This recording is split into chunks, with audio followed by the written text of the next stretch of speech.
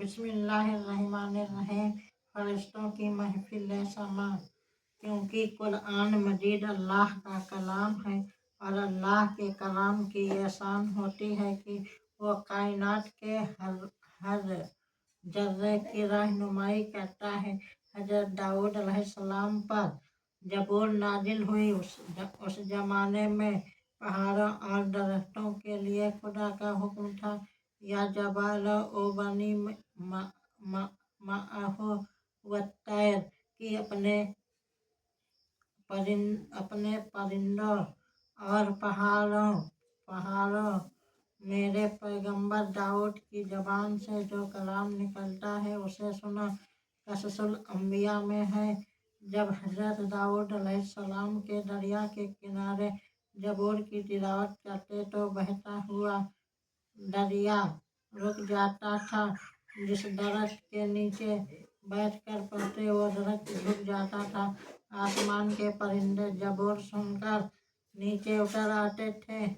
गुजरते हुए जानवर बाअदब बैठकर सुनने लगते थे। लोग जोक डर जोक आकर जबूर की समाअत करते थे। जबूर के बारे में हमारा ईमान है कि यह अल्लाह का कलाम था, यह वही मिनल्लाह थी। लेकिन जबूर किताब भी जाती रही और हजरत दाऊद अलैहिस्सलाम की शरीयत भी जाती रही। अब हमारे नबी की शरीयत के बाद किसी की शरीयत नहीं और कुरान के बाद कोई किताब नहीं। जैसे कोई दूसरा नबी नहीं आ सकता, वैसे कोई दूसरी आसमानी किताब नहीं आ सकती। सवाल ये पैदा होता है कि जबूर को सुनने के लिए क्या हुक्म है। एक दफ़ा हजरत असीद बिन हजीर हुजूर की खिदमत में हाजिर हुए। अर्ज किया, हुजूर, मैं अपने कमरे में तिलावत कर रहा था। बाहर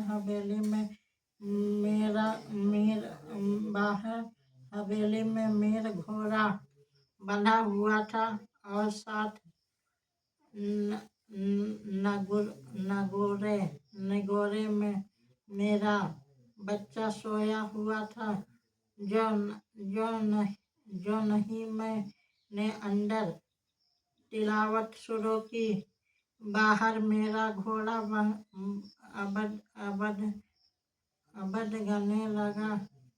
मैंने तिलावत को बंद किया और उस ख्याल से कमरे से बाहर आने लगा कि कहीं घोड़ा बच्चे को नुकसान न पहुंचाए। लेकिन जो नहीं मैंने तिलावत रोकी, घोड़े ने बदकना बंद कर दिया, बाहर न गया। मैंने फिर कुरान पढ़ना शुरू कर दिया। थोड़े घोड़े ने फिर बिदकना शुरू कर दी। फरमाते हैं, आखिर में अपने कमरे से बाहर आया।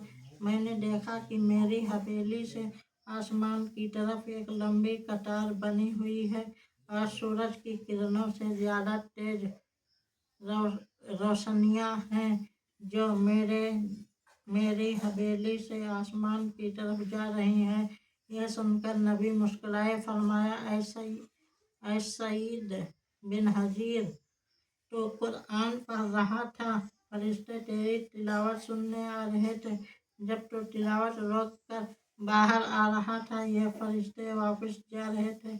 मोहतरम सामईन, इस वाकया से खूब समझाया जा सकता है कि अगर जबूर पढ़ी जाए तो परिंदों के झुंड भी आकर सुने।